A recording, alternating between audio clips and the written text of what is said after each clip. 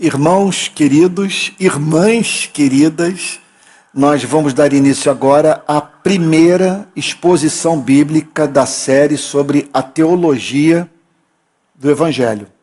Então eu havia prometido na semana passada que selecionaria das Escrituras Sagradas todos aqueles textos, ou os principais textos reveladores da essência da mensagem do Evangelho. É importante saber que nem tudo na Bíblia é Evangelho. Um pregador pode passar um ano inteiro pregando a Bíblia sem pregar o Evangelho. O Evangelho é uma mensagem que está dentro da Bíblia.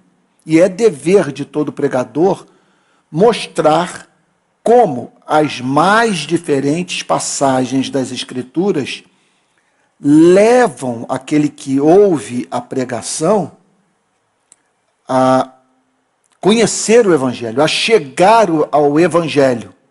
Porque essa é uma pressuposição teológica, hermenêutica.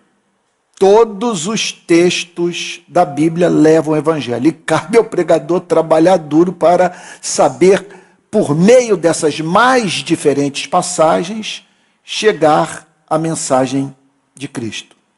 Semana passada nós fizemos uma introdução geral ao tema e a partir de hoje eu vou selecionar aquelas passagens das Sagradas Escrituras que revelam a essência do Evangelho. Você encontra isso na Bíblia.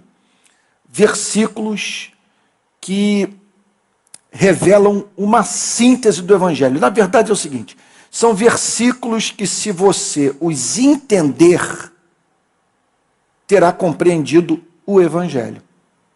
Então eu vou começar hoje por um versículo que eu reputo o mais importante da Bíblia. É o mais conhecido, o mais citado por todos nós. João capítulo 3, versículo 16. Repito, João capítulo 3, versículo 16.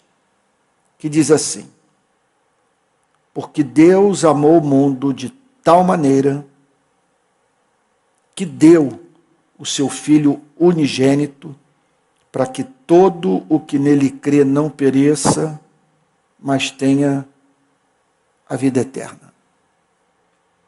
Senhor, ajuda-nos. Passagem tão maravilhosa. Mostra o seu sentido e a sua beleza a nós. Em nome de Jesus. Amém. Eu creio que eu posso dizer, sem medo de estar errado, que o cristianismo inteiro está nesse versículo. E que, se você compreender o significado de João 3,16, você terá compreendido o que mais importante existe na Bíblia. João 16 nos ensina as seguintes verdades. A primeira, que o cristianismo não começa com o Evangelho, começa com a existência objetiva de Deus. Portanto, esse é o primeiro fato que o cristianismo tem a nos apresentar. O universo tem um Criador.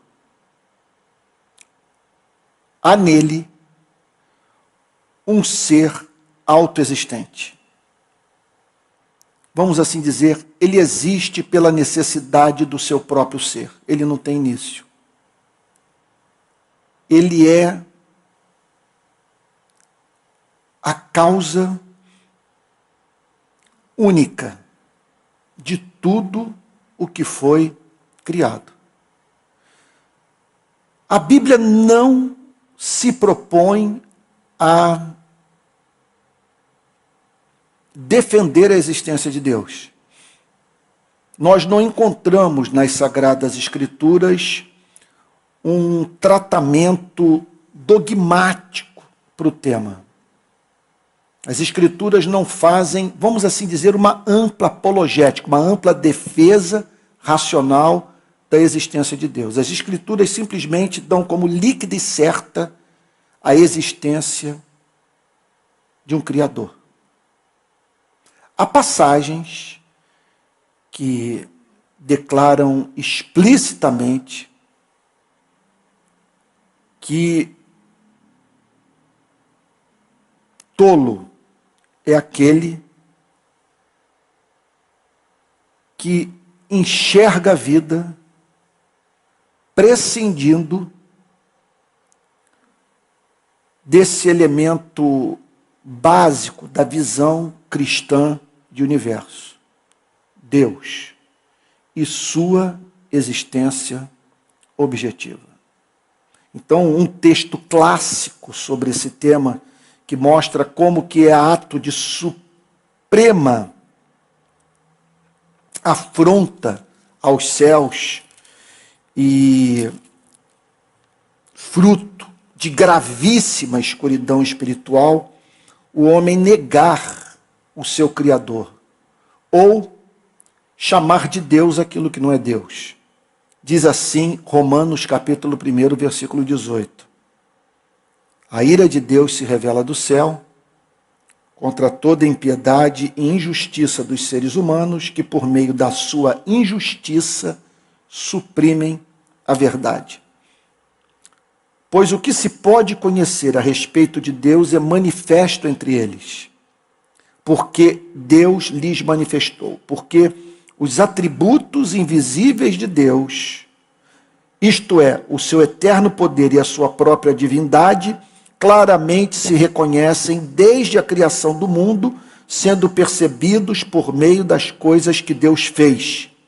Por isso, os seres humanos são indesculpáveis, porque, tendo conhecimento de Deus, não o glorificaram como Deus, nem lhe deram graças, pelo contrário, se tornaram nulos em seus próprios raciocínios, e o coração insensato deles se obscureceu. Dizendo que eram sábios, se tornaram tolos, e trocaram a glória do Deus incorruptível por imagens semelhantes ao ser humano corruptível, às aves, aos quadrúpedes e aos répteis. Impressionante o que Romanos declara. Ele não apenas dá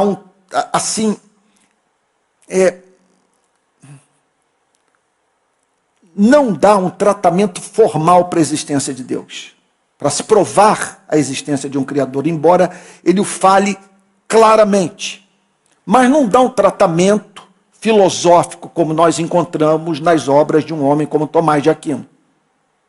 Simplesmente o que o apóstolo Paulo declara é o seguinte: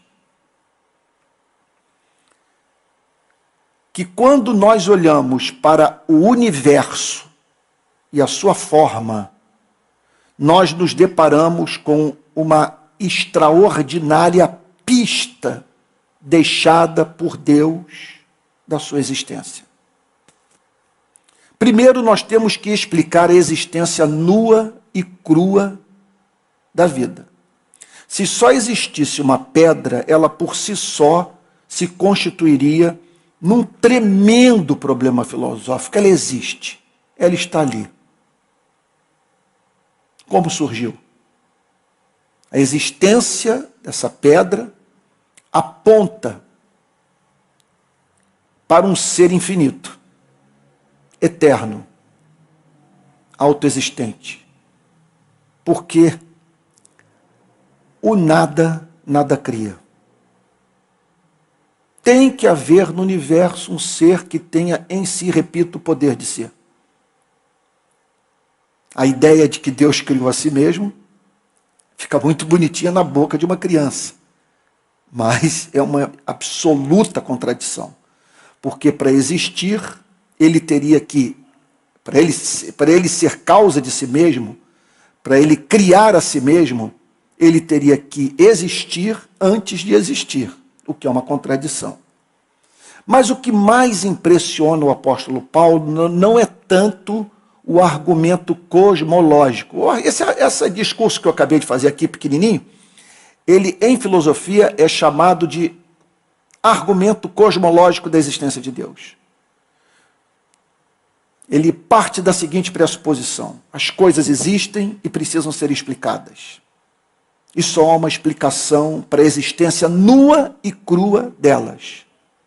Um ser eterno, incriado. Mas nessa passagem de Romanos, o que impressiona o apóstolo Paulo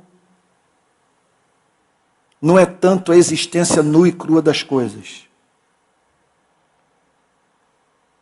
mas dois fatos impressionantes,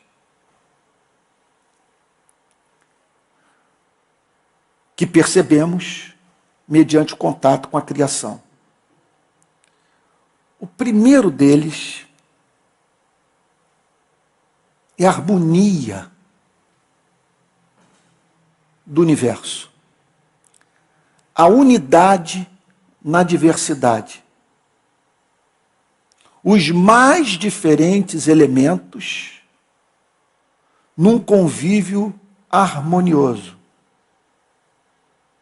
O apóstolo Paulo diz: isso é uma impressionante evidência da sabedoria de Deus. Como explicar não apenas a existência do universo, mas a sua forma, sua beleza, a sua harmonia. Agora, mais do que isso, você encontra nesse mundo de impressionante harmonia, que demanda a existência de um ser que pense, seres que são capazes de escrever poemas, de chorar quando se apaixonam, de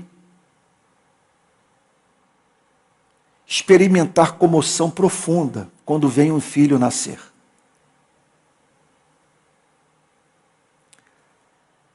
Seres que vivem num mundo que não os satisfaz. Isso é um fato impressionante. Esses seres habitam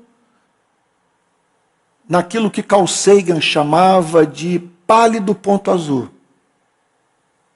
Porque essa foi a imagem captada pelas lentes da Voyager 1, quando fotografou o planeta Terra a partir da periferia do sistema solar. Então nós vivemos num pálido ponto azul, um pontinho que de longe é de um azul pálido.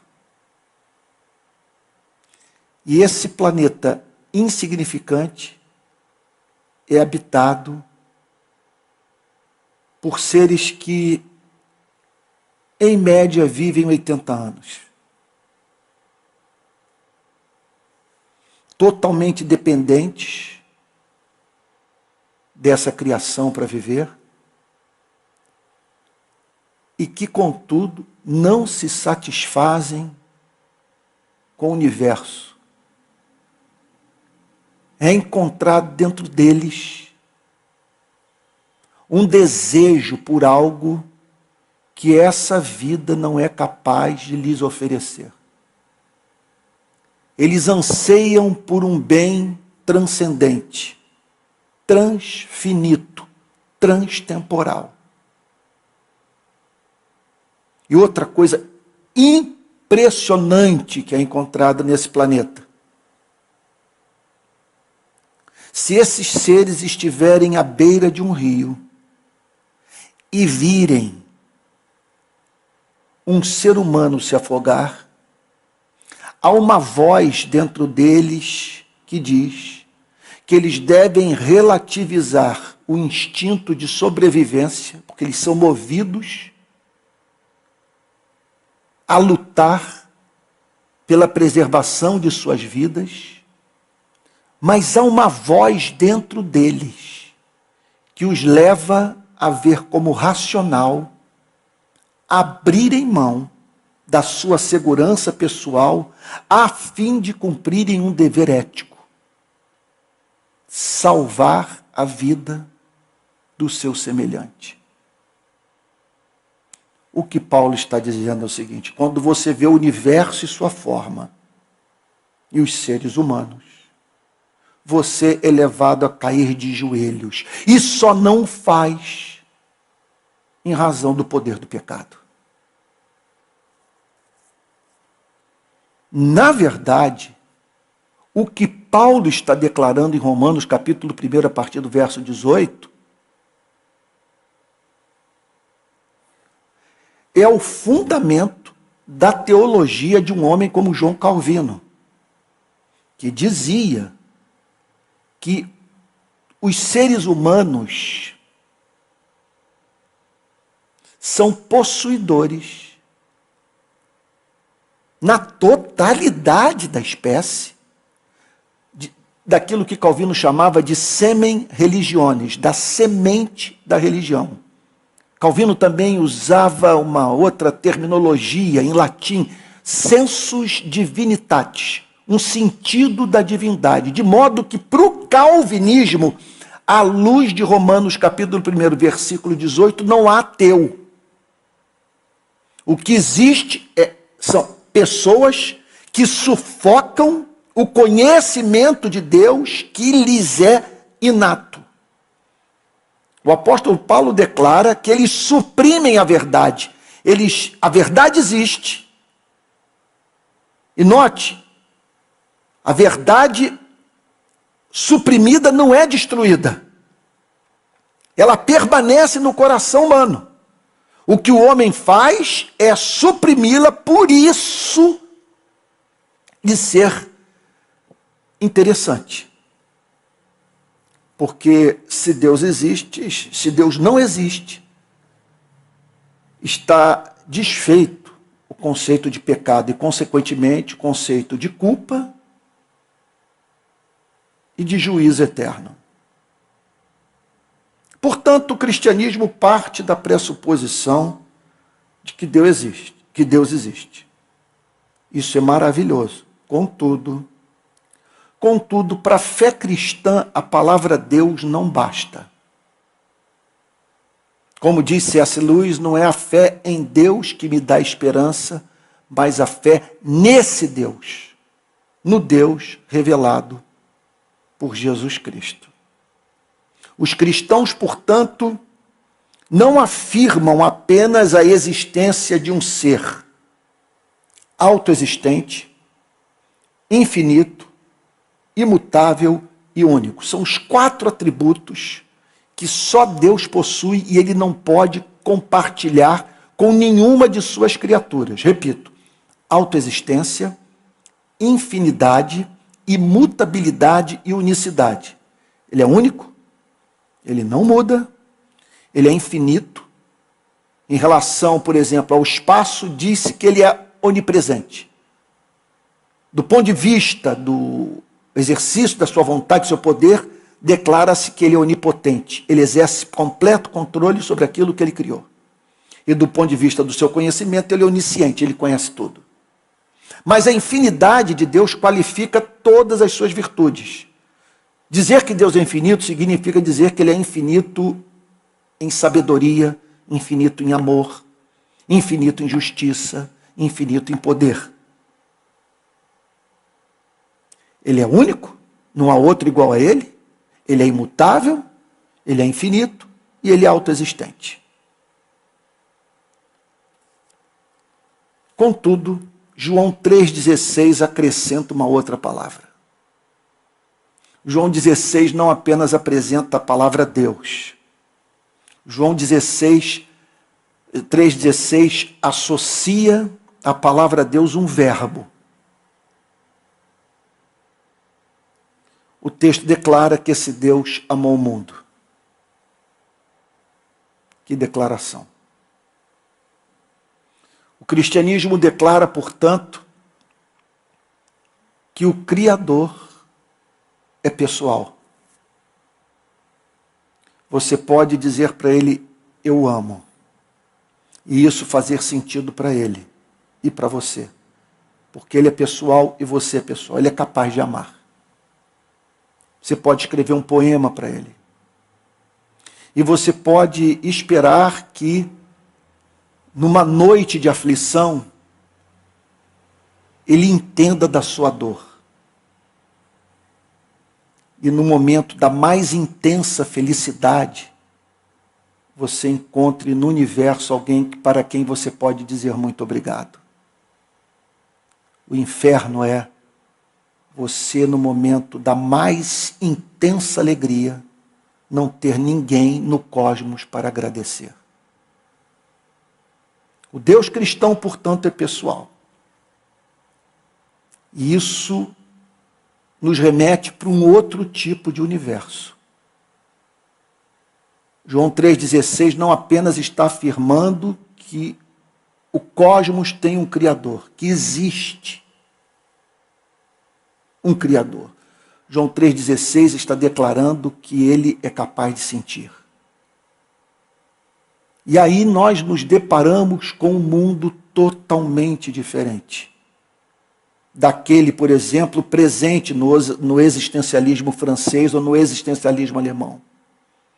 Nós nos deparamos com o fato que a realidade última... Esses dias uma aluna me perguntou: Antônio, você fala muito sobre realidade última. O que isso significa? O que está por trás da vida? Qual é a realidade última? Quem deu início ao universo? Nessa relação de causa e efeito que percebemos no cosmos,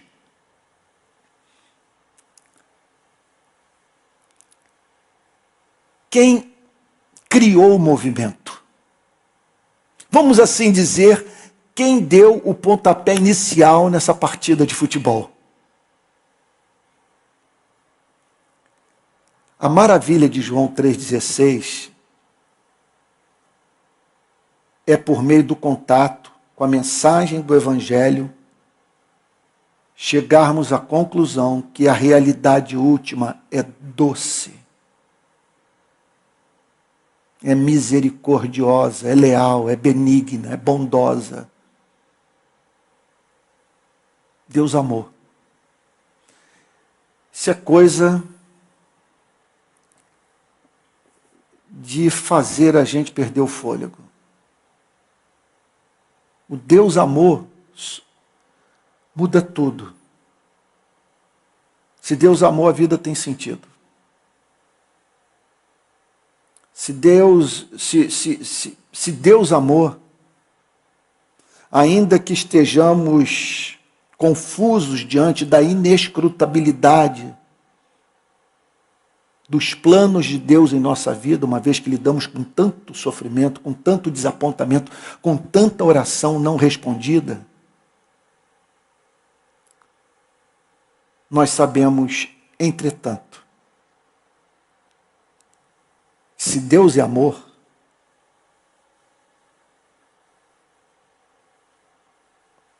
por Ele ser Deus, Ele pode bancar, em razão da sua onipotência, tudo aquilo que quer levar a cabo no seu amor. Estamos, portanto, diante de um ser que se preocupa conosco e que não tem adversário no universo. Esse é o fundamento da nossa esperança. É por isso que nós não enlouquecemos, porque Deus amou. E amou o quê? João 3,16 diz que ele amou o mundo. A palavra mundo tem pelo menos 3 significados na Bíblia. Por isso que é importante, sempre que você se deparar com um vocábulo bíblico, procurar analisá-lo à luz do seu contexto. A palavra mundo tem sentidos diferentes nas Sagradas Escrituras. Há pelo menos 3. O mundo da criação, o universo, o mundo como um sistema regido pelo egoísmo, pelo pecado, pela maldade humana, e o mundo dos seres humanos. Quando João 3,16 declara que ele amou o mundo, João 3,16 está usando o terceiro significado da palavra. Dizer que Deus amou o mundo significa dizer que Deus amou a mulher, que Deus amou o homem.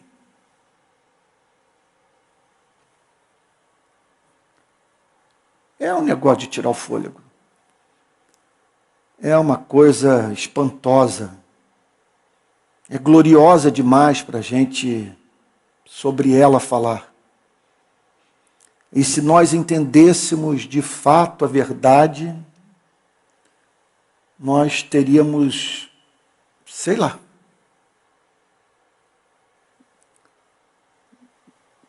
um colapso mental, mas fruto do transbordamento de alegria. De uma coisa assim, de você receber a informação e cair no chão. Tamanha glória do que lhe foi comunicado. Porque dizer que Deus amou o mundo significa dizer que ele se interessou por nós. Que ele desejou nos tornar felizes. Agora, o que tira o fôlego é quando nós paramos para pensar no tipo de gente que Deus amou.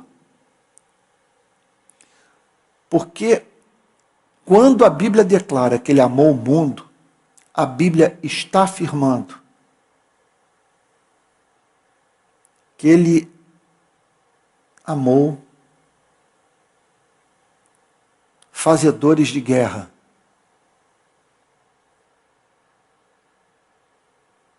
egoístas, perversos, ingratos, malandros, mentirosos. Como diz o apóstolo Paulo, na carta aos Romanos, no capítulo 3.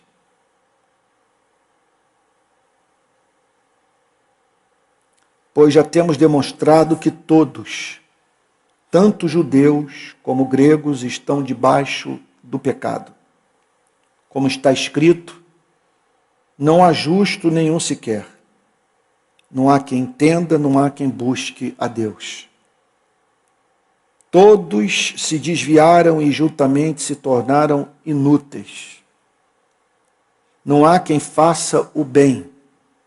Não há nenhum sequer. A garganta deles é sepulcro aberto. Com a língua enganam. Veneno de víbora está nos seus lábios. A boca eles a têm cheia de maldição e amargura. Os seus pés são velozes para derramar sangue. Nos seus caminhos a destruição e miséria. Eles não conhecem o caminho da paz, não há temor de Deus diante dos seus olhos.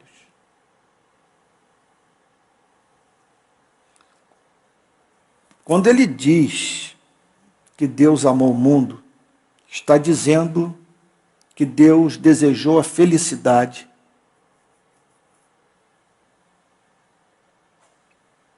de seres que um dia confeccionaram uma bomba, a colocaram no avião,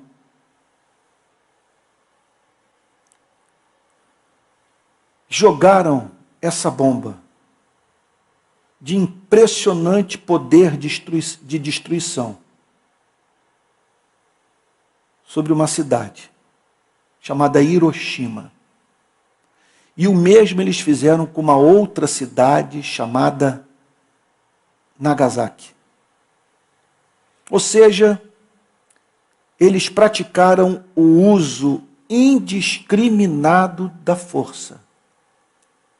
Jogaram a bomba sem saber quem matariam, mas certamente pressupondo que matariam civis, matariam idosos, mulheres, crianças, seres humanos que não representavam nenhuma ameaça à paz no planeta. Então nós estamos falando de seres que causaram 2 guerras mundiais, cuja história é essa que o apóstolo Paulo descreve em Romanos capítulo 3. No seu caminho há destruição e miséria. Os seus pés são velozes para praticar o mal. Veneno de víbora está nos seus lábios. E aí nós nos deparamos com uma outra informação referente à essência do cristianismo. Que esse amor que Deus tem pelos seres humanos é um amor gracioso. Ele é capaz de amar os que não são dignos do seu amor. Essa é uma outra informação que nos é comunicada por João 3,16. E o texto declara que esse amor foi tão ardente, ele amou de tal maneira que deu o seu Filho unigênito. E aí nós nos deparamos com outras 2 informações. A primeira delas é que ele ofereceu aos seres humanos o maior bem que ele poderia oferecer. Ele deu aos seres humanos aquilo que lhe foi mais custoso. Ele amou o mundo de tal maneira que deu o seu Filho unigênito. Aí nós descobrimos que o Criador tem um filho. Isso é uma informação que nós só podemos obter se Deus a revelar a nós. Algumas verdades que nós temos acesso sem Bíblia.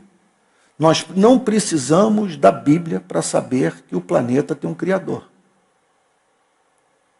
Não precisamos da Bíblia, como diz o apóstolo Paulo em Romanos capítulo 1, a partir do verso 18, para declarar que os atributos invisíveis de Deus, bem como o seu eterno poder e sua divindade, claramente se reconhecem desde o início do mundo, sendo percebidos por meio das coisas que foram criadas.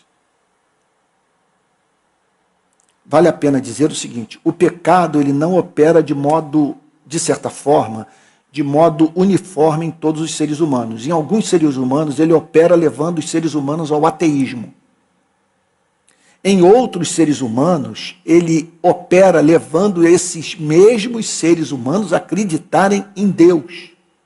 Porém, sem que isso transforme suas vidas. Sem que isso venha acompanhado de afeição santa, de amor. Eles vivem como se não acreditassem. Então, você pode encontrar uma pessoa capaz de declarar: a maior certeza que eu tenho na vida é que o universo tem um Criador. Mas quando você vai examinar a vida dessa pessoa, percebe que há um completo descompasso entre sua crença e sua forma de viver. Quando o texto declara que Deus amou o mundo de tal maneira que deu seu Filho unigênito, o Evangelho está passando uma informação para os seres humanos totalmente nova. Que há uma pluralidade de pessoas na divindade. Que o Criador pode ser chamado de Pai. Então nós somos remetidos para um mundo fantástico. Porque quando João 3,16 diz que ele tem um filho, João 3,16 está dizendo que aquilo que a mulher sente por um filho, ou que um pai sente por uma criança, pelo seu filho, pela sua filha, resulta dessa imagem e semelhança de Deus da qual o ser humano é portador. O que significa, portanto, que essa espécie de sentimento que experimentamos, que nos leva a dar a vida pela vida de alguém, pelo fato de ser nosso filho, pelo fato de ser nossa filha, veja só, que a presença desse amor aponta para um ser que experimenta algo análogo, só que elevado ao infinito. Então, o Criador tem um filho unigênito. É o único gerado, é o único não criado. E ele deu o seu único filho porque ele amou o mundo. Então, ele olhou para o mundo e percebeu que o mundo precisava de redenção, de uma operação de resgate. Um mundo em convulsão, um mundo que não considera o seu Criador, um mundo onde os seres humanos vivem a fazer guerra uns com os outros, ou uns contra os outros. Ele decide enviar seu filho, mas não para anunciar a destruição do planeta. João 3,16 declara que ele enviou o seu único filho, o seu bem maior. Essa é a medida do amor de Deus. Qual é a medida do amor de Deus? O amor que ele tem pelo seu único filho. Como diz o grande Martin Lloyd-Jones, se queremos conhecer a medida do amor de Deus por nós, tudo o que precisamos é meditar sobre a medida do amor do Pai pelo Filho. Martin Lloyd-Jones faz a seguinte declaração: quando você vir nas Sagradas Escrituras Jesus padecendo nas mãos dos homens, lembre-se do fato de que tudo que foi feito contra ele foi feito contra o amado do Pai. Então ele deu o seu filho unigênito, ele deu em amor. Esse deu é uma linguagem sacrificial, ele ofereceu como sacrifício. Então vamos tentar entender o Evangelho. O pecado criou, eu digo com santo temor, um problema para Deus. A justiça de Deus o impeliu a punir o pecado. E o seu amor o moveu a perdoar o pecador.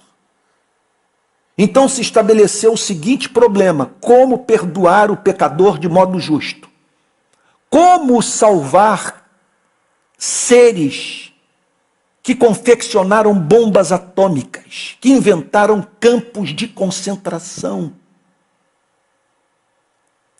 Como perdoar seres que vivem a explorar uns aos outros?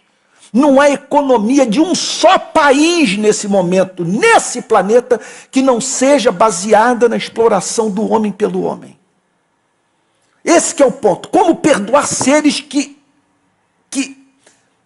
se esqueceram do seu Criador, que viraram as costas para o seu Criador, que fizeram pouco caso do seu Criador? Deus encontrou um único caminho: perdoar, mas de modo que a sua justiça fosse honrada. Então o que ele fez? Enviou Jesus, a fim de que, veja só, Deus desse uma prova, um testemunho cabal de que ele tem horror ao pecado. Que nunca mais nós venhamos repetir em nossas vidas o que fizemos nesse planeta. Ele pune os nossos pecados em Cristo. E assim, ele resolve, permitam-me dizer, um problema interno. Assim, ele se torna apto a perdoar de modo justo. Como alguém já disse, na cruz, a justiça e o amor se beijam. Então, olha o que é o cristianismo. Deus olha para o planeta em rebelião, seres humanos com espingarda na mão, matando bem-te-vi. pombinha, pardalzinho, caçando leão, poluindo mares e rios, devastando florestas, em campo de concentração, fazendo experimento médico com seu próximo. Pessoas mentindo, prendendo injustamente seu semelhante, torturando, elaborando regimes ditatoriais, concebendo estado de exceção. Então, veja, em vez de Deus derramar a sua ira sobre esses seres, o que o Evangelho declara? Ele desvia a ira dos seres humanos e traz essa ira para si mesmo, punindo os nossos pecados nele, na pessoa do seu único filho. Por isso que Jesus na cruz disse, está consumado. Satisfiz as demandas da justiça de Deus. Então, observe a consequência prática disso tudo. Em todas as religiões, o ser humano é encontrado trazendo uma oferta nas mãos para ganhar o favor da divindade. No Evangelho, Deus é o ofertante. Deus que oferece a oferta ao homem, que é a única que os satisfaz. Que o satisfaz. Porque, como diz o apóstolo Paulo, as nossas ofertas são trapos de imundícia. São desonrosas. Que nós não ousemos comparecer diante de Deus com esmola, com dízimo, sei lá, com roupa que demos para o orfanato. Só existe uma oferta que nós podemos apresentar a Deus a fim de aplacar a sua ira e torná-lo propício a nós. É a oferta que ele fez do seu único filho, que ele dá a nós para que o devolvamos a ele, para que o devolvemos a ele. Isso é lindo. Porque Deus amou o mundo de tal maneira que deu o seu Filho unigênito para que todo aquele que nele crê. Veja, portanto, que a salvação não opera no automático e ela não é universal. Ela torna a salvação extensiva a todos os seres humanos.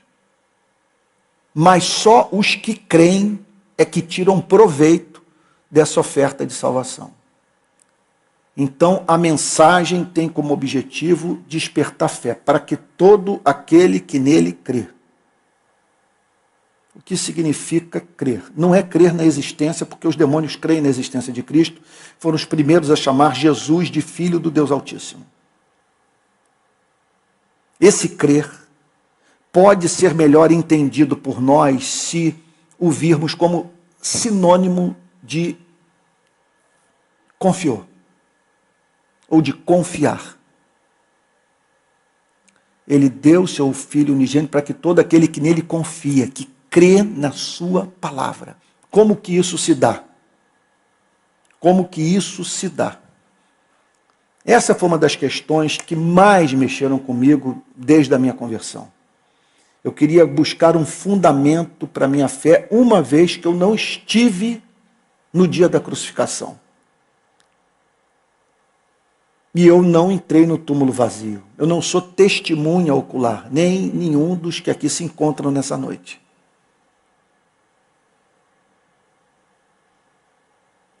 O que me faz crer? Observe, isso é muito sério, observe que não crer é pecado. Observe que a Bíblia diz que não crer é um problema moral, que nós não temos o direito de não crer. Como que a Bíblia pode dizer que é pecado grave uma pessoa não acreditar naquilo que não viu?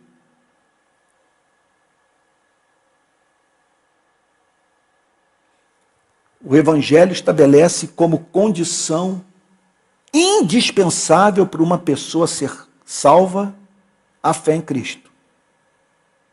A fé significa Vamos pensar na ceia aqui no domingo. A ceia cumpre esse propósito de valor incalculável, que é nos remeter para o ato da conversão, a experiência da redenção, a apropriação do perdão, que consiste em quê? Em comermos da carne e bebermos do sangue, e nós nos apropriarmos de Cristo, de nós nos tornarmos um com Ele, de nós nos alimentarmos de Cristo, de nós saciarmos a nossa fome em Cristo, de nós bebermos desse sangue que é o único que nos purifica dos nossos pecados. Agora, como que uma pessoa pode chegar a esse ponto de crer? Observe que o Evangelho, portanto, declara que não há perdão de pecados sem fé. Que a mensagem do Evangelho tem como objetivo despertar fé no coração do homem e no coração da mulher. Como tal é possível? E aí nós entramos agora num mistério. O que eu vou falar agora, eu não chamaria de parte essencial da mensagem do Evangelho, mas é algo que está muito próximo. Dá para você ser salvo sem crer no que eu vou dizer agora. Mas você jamais entenderá o milagre da salvação se não vir a sua experiência de redenção ou de qualquer outro ser humano a partir dessa perspectiva teológica. E qual é? Quando o texto diz que Deus amou o mundo, a Bíblia está dizendo que Deus amou escravos do pecado. Pessoas que se encontravam sob grilhões e incapazes de se livrarem da sua condição de servos do pecado. Uma outra linguagem que a Bíblia usa é a da morte. Que quando a Bíblia diz que Deus amou o mundo, a Bíblia está dizendo que Deus amou pessoas mortas nos seus pecados. Vamos lá, vamos dar um passo mais adiante. Pessoas que perderam o livre-arbítrio. Elas perderam a capacidade de, por si mesmas, sozinhas, se voltarem para Deus. Portanto, o ato de crer é um milagre da graça, que é implantada no coração do homem e da mulher,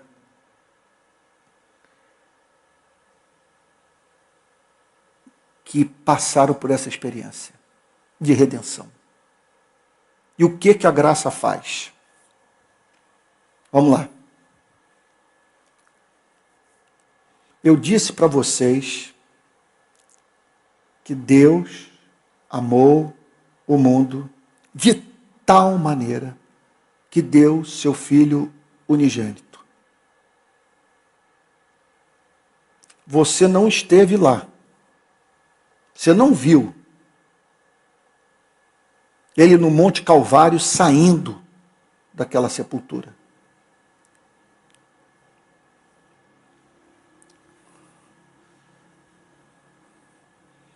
Mas o pregador disse para você que Deus amou o mundo de tal maneira que deu seu Filho unigênito. Quando que a conversão é consumada? Quando que a fé nasce no coração do homem, no coração da mulher? Preste atenção no que eu vou dizer para vocês nessa noite. Quando tudo isso passa a ser visto como belo, como comovente, como amável, como excelente. E você é levado a formular a seguinte declaração: isso é tão lindo, é tão formoso, é tão excelso, que só pode ser verdadeiro.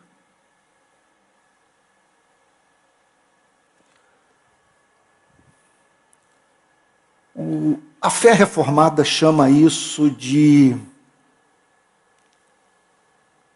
vocação eficaz. É a voz toda poderosa de Deus chegando a você e dizendo: Lázaro, vem para fora. Calvino chama de testemunho interno do Espírito. O Espírito convencendo a você de que Jesus Cristo morreu e ressuscitou. E que realmente Deus amou o mundo de tal maneira.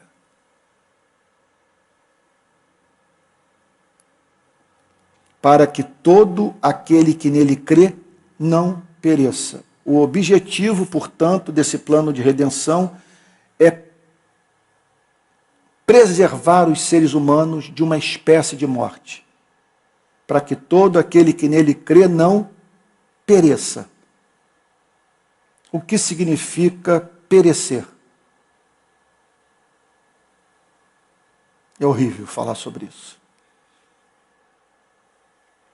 Eu diria que nenhum pregador deveria brincar com essa doutrina, fazer piada com ela.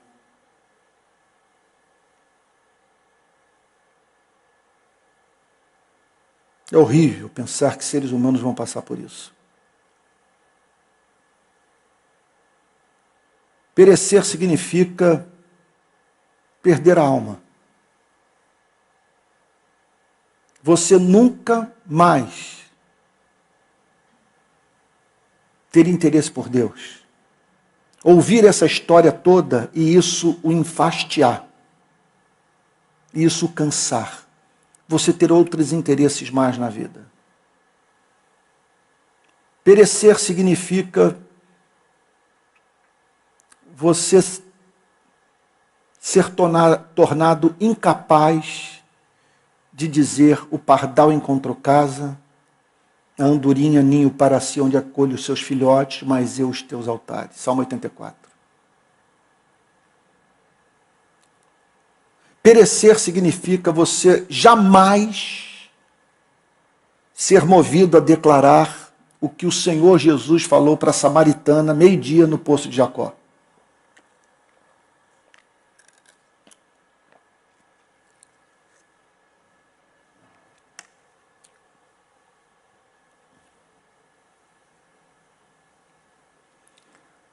A minha comida, foi o que ele disse para os seus discípulos no poço de Jacó, naquele contexto do diálogo com a samaritana.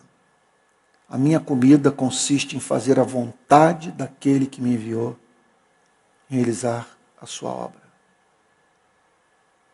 O que significa perecer? Você não tem ideia. Se eu pudesse, eu saia daqui ia conversando com cada um de vocês pessoalmente. Perecer significa você comer a comida e não sentir o sabor. Perecer é você só conseguir enxergar a flor,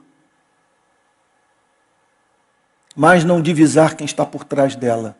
É o fim da poesia. É o fim dos salmos. É o fim dos cânticos.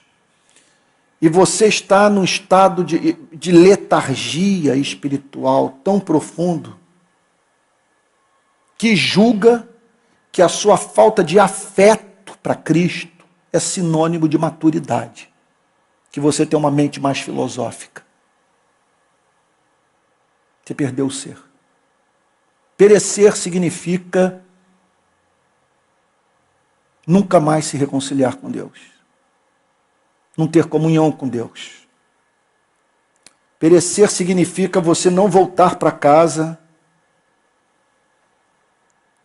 e ouvir o pai lhe dizer: este meu filho estava morto e reviveu, estava perdido e foi achado.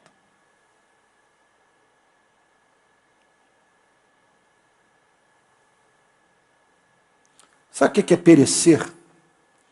Eu vou lhe dar dinheiro para você, dos próximos 10 anos, viajar o planeta. Você vai conhecer todas as ilhas, as mais paradisíacas. Você vai ter dinheiro para subir e descer os Alpes suíços. Mas não vai ter alma. Você não vai sentir o mistério. A lavadeira na favela, do alto do morro, vai sentir algo que você em Honolulu, no Havaí, não vai experimentar. Você está morto. Essa mensagem não lhe faz nenhum sentido. E é claro que isso, com o passar do tempo, vai fazendo com que você gradativamente perca a sua humanidade. Se transforme numa estátua de sal.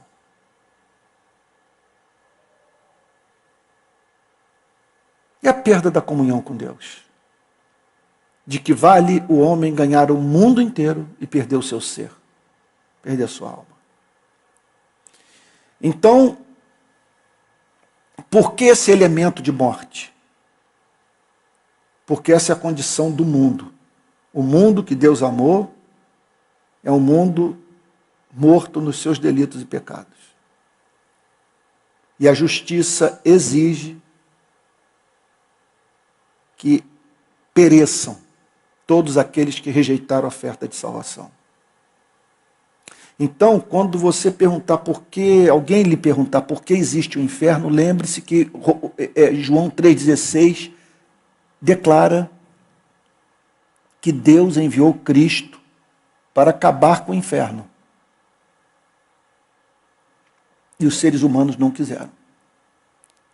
É muito importante, como disse C.S. Lewis, que saibamos que o céu é um lugar no qual o homem diz para Deus: seja feita a sua vontade. O inferno é um lugar no qual Deus diz para o homem: seja feita a sua vontade. Então, para que todo aquele que nele crê não pereça, mas tenha a vida eterna. O que é a vida eterna? Ela não pode ser vista apenas do ponto de vista da extensão de tempo, da sua infinidade. Porque nós não estamos em busca apenas de uma vida que dure para sempre. Como diz o apóstolo Paulo em Romanos, nós queremos glória, honra e incorruptibilidade. Nós queremos vida para sempre, mas em estado de êxtase, de amor, de encanto, de perplexidade, de estupefação, de fascínio. Num contexto de descobertas diárias, ininterruptas. Vida eterna é o oposto de tudo que eu disse. É você ver beleza no Evangelho. Ver beleza em Deus. Significa o só pensar em Cristo encher o seu coração de doçura. Isso é vida eterna. Sabe o que é vida eterna?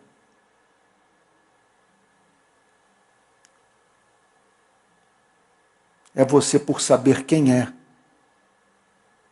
se cingir com a toalha, pegar uma bacia, encher de água e fazer o trabalho do escravo, lavar os pés dos irmãos.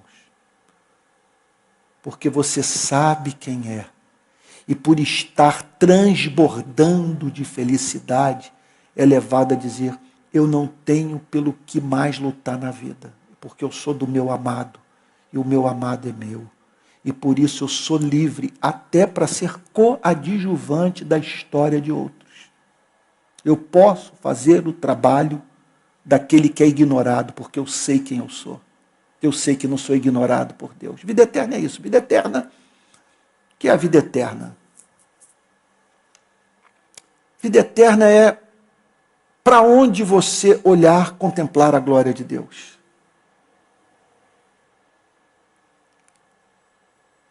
Vida eterna. Vida eterna é você poder dizer: o Senhor é meu pastor e nada me faltará. Ou aquele que habita no esconderijo do Altíssimo, a sombra do Onipotente descansará. O que é a vida eterna? É você se juntar a Paulo em Gálatas 3:20 e dizer: logo, já não sou eu quem vive, mas Cristo vive em mim.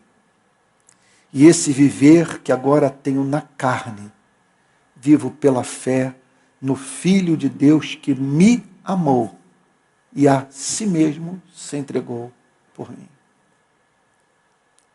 Bom, eu quero dizer para vocês que estão aqui na Betânia nessa noite, dizer para aqueles que estão me acompanhando pelo canal de YouTube da Igreja Presbiteriana Betânia, que eu acabei de pregar o Evangelho para todos vocês.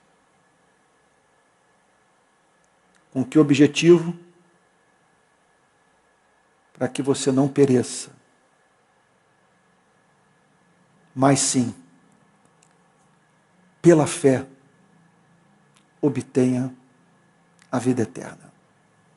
Que Deus o abençoe e o guarde, em nome de Jesus. Vamos orar?